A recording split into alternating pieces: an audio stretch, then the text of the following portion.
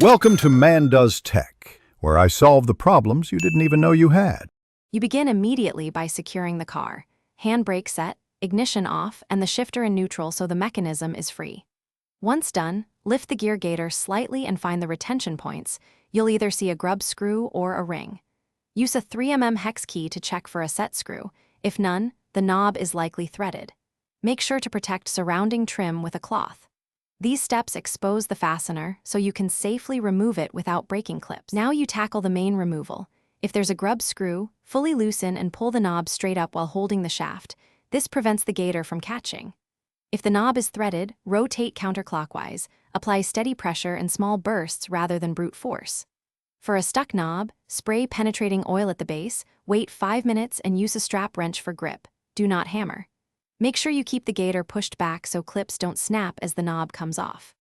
With the knob off, clean the shaft and threads and inspect for damage. This ensures a secure refit. Reinstall the new or original knob by screwing clockwise or aligning and tightening the grub screw. Make sure the boot seats into its clips evenly. Once reassembled, cycle through gears to confirm smooth engagement and that the boot stays in place. If something goes wrong, one key troubleshooting tip. Apply heat with a hairdryer to soften plastic, then use slow, opposing leverage to avoid breaking clips. Thanks for watching. If you found this helpful, don't forget to like and subscribe.